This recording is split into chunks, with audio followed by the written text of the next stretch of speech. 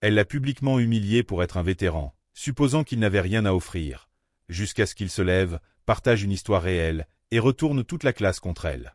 Tariq Oleh n'aimait pas beaucoup parler de son temps passé à l'étranger. À seulement 19 ans, il avait déjà vécu des choses que la plupart de ses camarades du Lakewood Community College ne pouvaient même pas imaginer. Après avoir servi comme spécialiste dans l'armée américaine pendant près de 3 ans, il était rentré chez lui avec la ferme intention d'aller de l'avant. Pour lui, cela signifiait s'inscrire à l'université et poursuivre un rêve calme, devenir journaliste. Avant de poursuivre cette histoire, je vous prie de vous abonner et d'activer la cloche de notification pour ne rien manquer de nos histoires. Il n'était pas du genre bruyant. Il ne se promenait pas avec des médailles, ni ne portait d'uniforme qui laissait deviner ce qu'il avait traversé. On ne pouvait même pas savoir qu'il était vétéran, sauf si on lui posait la question. Et la plupart des gens ne la posaient pas. Il restait discret, arrivait à l'heure, et s'asseyait au milieu de la classe, assez proche pour entendre, assez loin pour ne pas être remarqué. Tariq s'était inscrit à un cours d'introduction à la littérature américaine, surtout parce que c'était obligatoire, pas parce qu'il adorait la fiction. Mais quelque chose dans l'art de raconter des histoires, surtout quand cela révélait la vérité sur les gens, leurs peurs, leurs douleurs, leurs forces silencieuses avait commencé à l'intéresser. Peut-être était-ce à cause de ce qu'il avait vu pendant son déploiement. Peut-être voulait-il juste comprendre le monde un peu mieux qu'avant. C'était le premier lundi du semestre, et la salle de classe bourdonnait de l'énergie typique du début d'année. De nouveaux étudiants feuilletaient leur syllabus, d'autres consultaient leur téléphone, quelques-uns tentaient maladroitement de discuter. Puis la professeure Patricia Elwell entra. La pièce se calma presque instantanément. Elle avait exactement l'air d'une professeure qu'on verrait dans un film, veste en tweed, lunettes cerclées de métal, et une voix qui laissait entendre qu'elle ne tolérait pas les imbéciles. Elle se présenta rapidement, presque froidement, pas de sourire, pas de bavardage. Elle aborda directement ses attentes, ponctualité, participation et rigueur intellectuelle. Sa voix était tranchante, juste assez pour que certains étudiants se redressent. Quand elle fit l'appel, elle s'arrêta sur le nom de Tariq. Oleh, Tariq Oleh, c'est vous le vétéran, non? Dit-elle sans même lever les yeux de sa feuille. Il hocha la tête. Oui, madame. Ses lèvres se tordirent légèrement, presque un sourire. Espérons que vous vous souvenez comment écrire des dissertations, pas seulement des rapports de mission. Quelques étudiants ricanèrent nerveusement. Tariq ne dit pas un mot pour le reste du cours. Elle ne le regarda presque pas, mais quelque chose avait changé dans l'air. Subtile, mais incontestable, sa remarque désinvolte, bien que brève, colla à lui. Pas parce qu'il était offensé, il avait entendu bien pire, mais parce que c'était inutile. Elle ne le connaissait pas.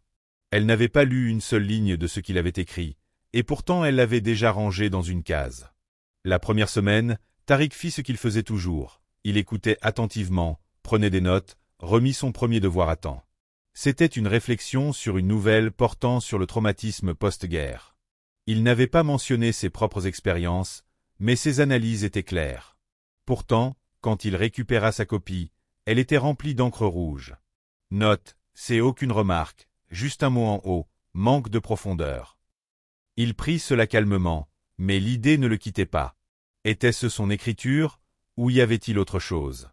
Il n'accusa personne, il avait été formé à observer, pas réagir. Mais petit à petit, des choses s'additionnaient. Chaque fois qu'il levait la main, elle l'interrompait. Quand il faisait référence à quelque chose de militaire, elle levait les yeux au ciel ou changeait de sujet. Ce n'était pas de l'hostilité directe. C'était plus subtil, calculé, le genre de mépris que seule une personne en position d'autorité peut manier avec autant de facilité. Mais Tariq restait patient. Il avait vu pire, dans des endroits bien plus dangereux. Mais ici, il y avait une différence. Les gens regardaient. Ils voyaient, et pourtant personne ne disait rien.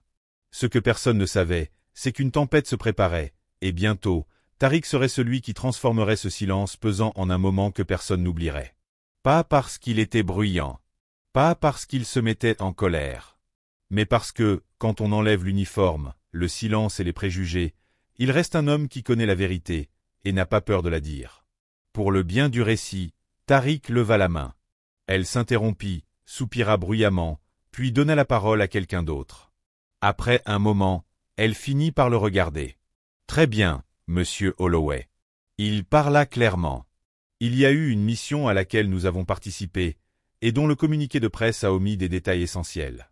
Ils ont rapporté que l'opération s'était déroulée proprement, mais en réalité, des civils ont été blessés. Le rapport collait au récit officiel, pas aux faits. La pièce devint silencieuse. Ce genre d'honnêteté était rare dans une salle de classe.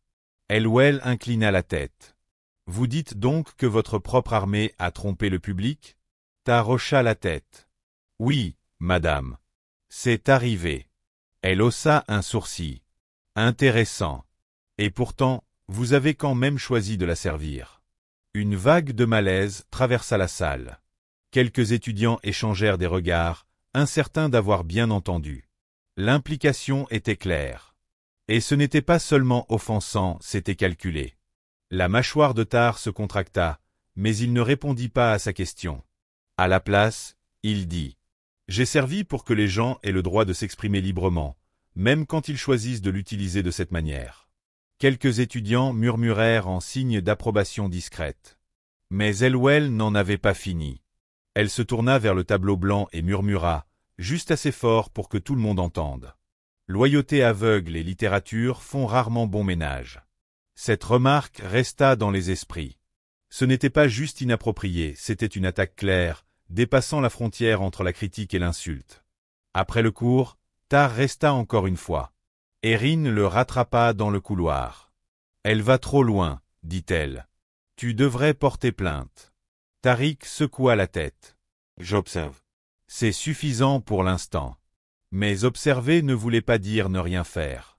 Chez lui, il commença à tout noter ce qu'elle disait, quand elle le disait, et qui se trouvait dans la salle pour en témoigner. Il ne cherchait pas à se venger. Il se préparait, discrètement. 2 jours plus tard, la classe fut répartie en petits groupes pour analyser différents passages de Beloved de Toni Morrison. Quand vint le moment de présenter, le groupe de Tariq avait choisi une scène puissante, abordant le traumatisme et la mémoire. Elwell l'interrompit à mi-chemin. « Je vais vous arrêter là, dit-elle en s'approchant. Cette interprétation que vous proposez est un peu trop littérale. Le traumatisme, c'est plus que de simples blessures physiques, monsieur Holloway. Certains d'entre nous l'ont étudié pendant des années. On ne peut pas simplement le réduire à quelque chose. De terrible m'est arrivé et maintenant je suis triste. » Il ne répondit pas, mais tout le groupe se raidit. Elwell sourit à la classe, comme si elle venait de faire une remarque utile. C'est pour cela que nous lisons de la littérature, pour dépasser nos propres expériences, pas pour insérer notre histoire personnelle dans chaque paragraphe. Ce n'était plus subtil. Elle faisait des efforts visibles pour le discréditer. Et pourtant, malgré tout, Tariq continuait de venir en cours, s'asseyait au même endroit, rendait ses devoirs, écrivait de mieux en mieux à chaque soumission. Son prochain essai, une analyse du silence comme thème dans The Things Day Carrier, fut à nouveau noté avec un C. Malgré ses citations, une structure solide et une thèse claire, elle écrivit dans la marge. Manque de profondeur académique. Il savait désormais. Peu importe à quel point il travaillait dur, Elwell avait fait son choix. Elle ne voyait pas un étudiant, elle voyait un symbole. Un symbole qu'elle ne respectait pas. Et pourtant, il refusait de perdre son calme. Ce n'était pas lui. Alors, il se prépara. Il commença à rencontrer d'autres professeurs, discrètement, demandant des retours sur ses devoirs. Il visita le centre de ressources pour étudiants, leur demanda de relire les mêmes essais. Le retour était constant. Bien écrit. Structuré. Pertinent. Ce n'était pas son écriture le problème. Ce qui se passait dans cette salle n'avait rien d'académique. C'était une question de pouvoir. Mais ce pouvoir lui échappait peu à peu. Bientôt, Tariq ne se contenterait pas de prouver qu'elle avait tort, il lui ferait regretter de l'avoir sous-estimée. À mi-semestre, la tension en classe s'était transformée en un affrontement silencieux. Elwell continuait de jouer à l'autorité, et Tariq continuait d'être présent avec une discipline qui la rendait de plus en plus mal à l'aise. Il ne reculait pas, mais il ne jouait pas non plus selon ses règles. Tout culmina lors d'un simple débat en classe. Le sujet, la moralité des personnages dans la littérature de guerre. Chaque étudiant devait présenter un court argument et le défendre. Quand le nom de Tar fut appelé, il marcha calmement jusqu'au pupitre, posa son bloc-notes, prit une profonde inspiration et commença. J'aimerais parler de l'idée selon laquelle la moralité en temps de guerre est rarement noire ou blanche. Dans The Things Day Carrier, le personnage de Norman Bowker lutte pour concilier son sens du devoir avec les horreurs qu'il a vues. Cette tension entre moralité personnelle et survie, ce n'est pas de la fiction pour certains d'entre nous. Il fit une pause, croisant le regard de quelques camarades. J'ai connu des gens qui ont fait ce qu'il fallait et qui n'arrivaient toujours pas à dormir. Et d'autres qui ont suivi chaque ordre sans jamais poser de questions. La littérature nous offre un espace pour explorer ça. Pour une fois, la classe était captivée. On entendait le poids derrière ces mots. Ce n'était pas une récitation. C'était une expérience vécue, filtrée à travers une analyse réfléchie. Puis la voix d'Elwell retentit, tranchante. Donc, votre position, c'est que la moralité devient flexible en temps de guerre? Tar hocha la tête. Je pense qu'elle est constamment mise à l'épreuve, et qu'elle cède parfois. Elwell s'avança. Intéressant. Et comment suggérez-vous, en tant que civil, que nous vérifions cette lutte morale? Devons-nous simplement accepter les histoires des soldats comme vérité? Vous comprenez, monsieur Holloway, que la littérature n'est pas un moyen d'auto-validation. Un silence tomba sur la salle. Tout le monde avait compris ce qu'elle sous-entendait. Que Tariq utilisait son passé militaire pour se mettre en avant, pas pour participer. Que son vécu n'était pas assez académique pour avoir sa place. Tariq la fixa, calme et posé. « Professeur Elwell, dit-il d'un ton égal, c'est vous qui avez assigné ce débat. Elle nous avait demandé d'analyser la moralité dans la littérature de guerre en utilisant notre propre perspective. » Elle croisa les bras et dit « J'attends des étudiants qu'ils utilisent des sources, pas des sentiments. » C'est là que ça s'est passé. Il prit son bloc-notes, fit un pas en avant, puis le posa de côté. Je n'allais pas partager cela. Pas parce que j'en ai honte, mais parce que je ne pensais pas que c'était le bon endroit, jusqu'à maintenant. Il balaya la salle du regard. Il y a 2 ans, j'ai été déployé dans un petit village de l'est de l'Afghanistan. Une nuit, une bombe artisanale a tué 2 de nos traducteurs, de jeunes hommes, des garçons du coin, qui nous avaient aidés à tisser des liens avec la communauté. On savait que l'attaque venait d'un groupe à proximité, mais on savait aussi que riposter ferait des victimes innocentes.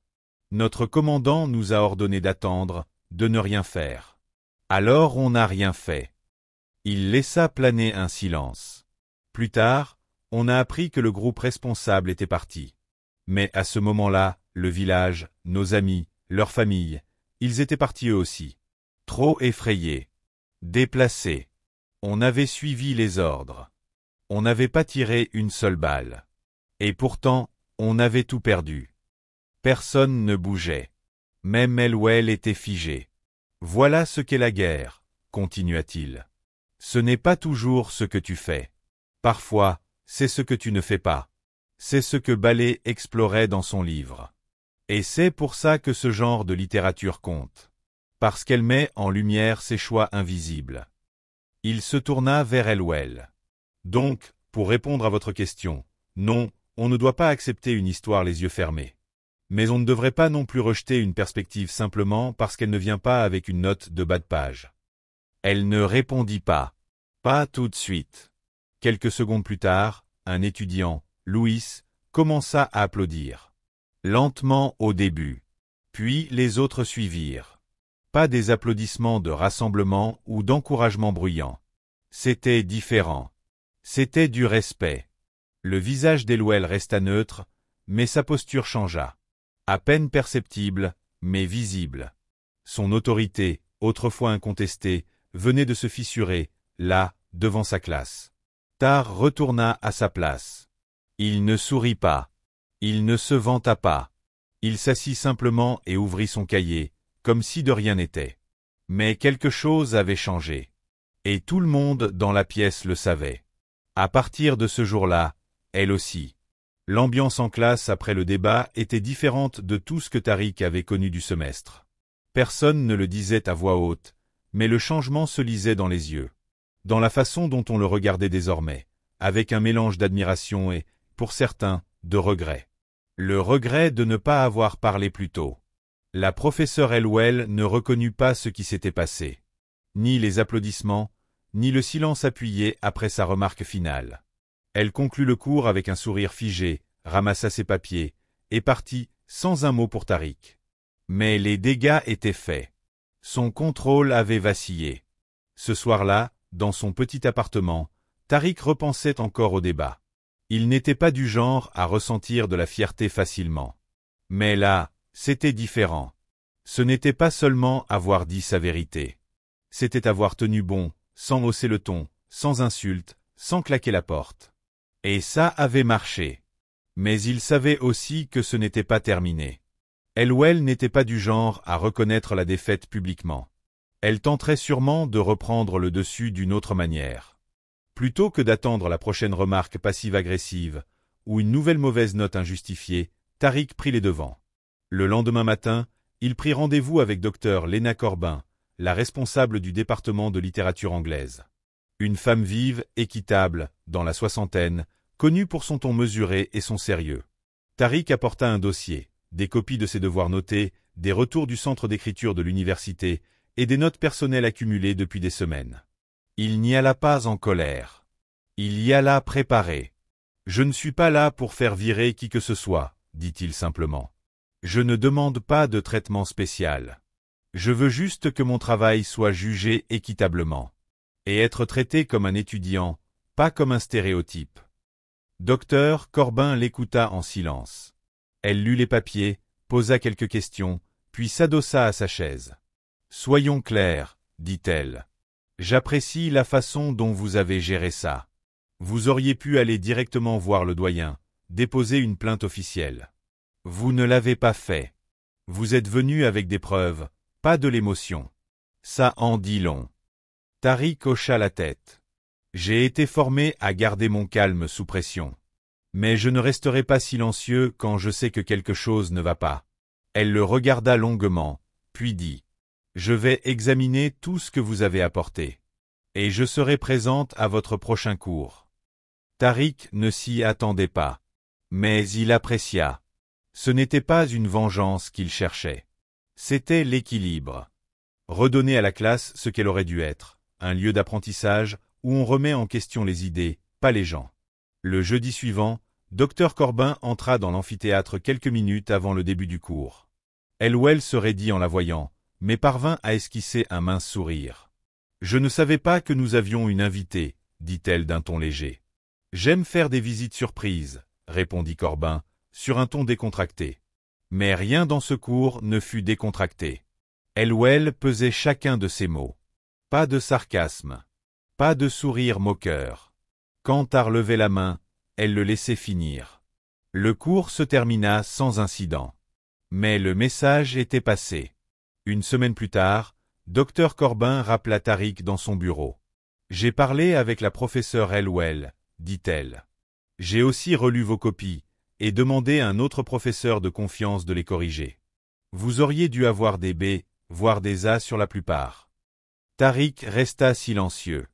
Il attendait. Elle a accepté de revoir vos notes et de rédiger une reconnaissance écrite de biais dans son évaluation. Ce ne sera pas inscrit dans son dossier officiel, mais conservé en interne. Surtout, vous ne serez plus pénalisé à l'avenir. Tariq hocha lentement la tête. C'était plus que ce à quoi il s'attendait. Docteur Corbin le fixa. Vous avez géré cela avec intégrité. Je veux vous nommer pour le prix d'écriture du département. Et vous êtes éligible pour une petite bourse en journalisme. Si cela vous intéresse. Il esquissa un faible sourire. Ça m'intéresse. Ce soir-là, Tariq rentra chez lui différemment. Pas plus vite. Pas plus haut. Juste, plus solide. Il n'avait pas crié. Pas menacé. Pas reculé. Il avait simplement tenu bon.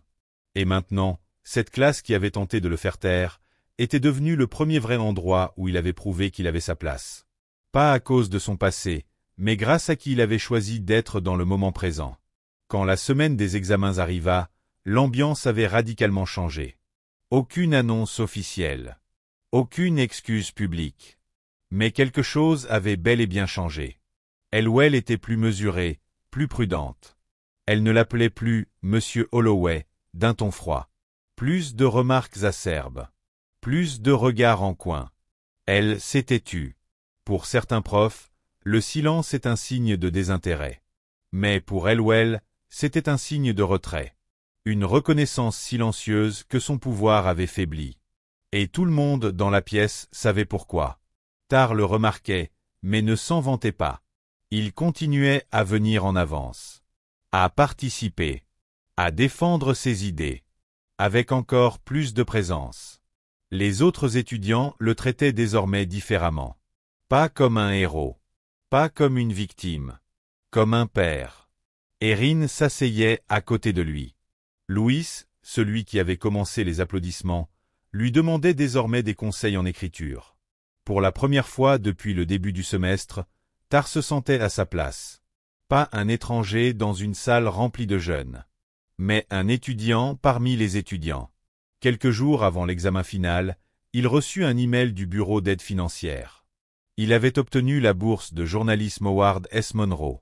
Modeste, mais suffisante pour couvrir ses livres du semestre suivant, et une partie des frais de scolarité. En pièce jointe, un mot de Dr Corbin. Ton histoire compte. Continue à l'écrire. Il imprima l'email et le glissa à l'arrière de son cahier. Puis arriva le dernier jour de cours.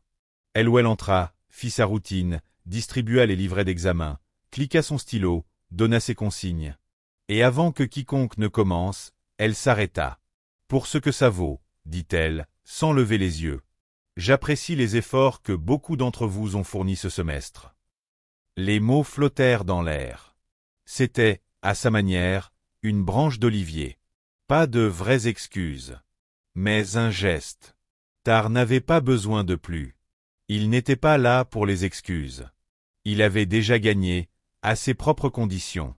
Après l'examen, il attendit que la majorité des étudiants soit partis. Elwell était à son bureau, rangeant ses papiers. Il s'approcha. Je voulais juste dire. J'espère que le prochain étudiant comme moi n'aura pas à vivre ce que j'ai vécu. Elle leva les yeux.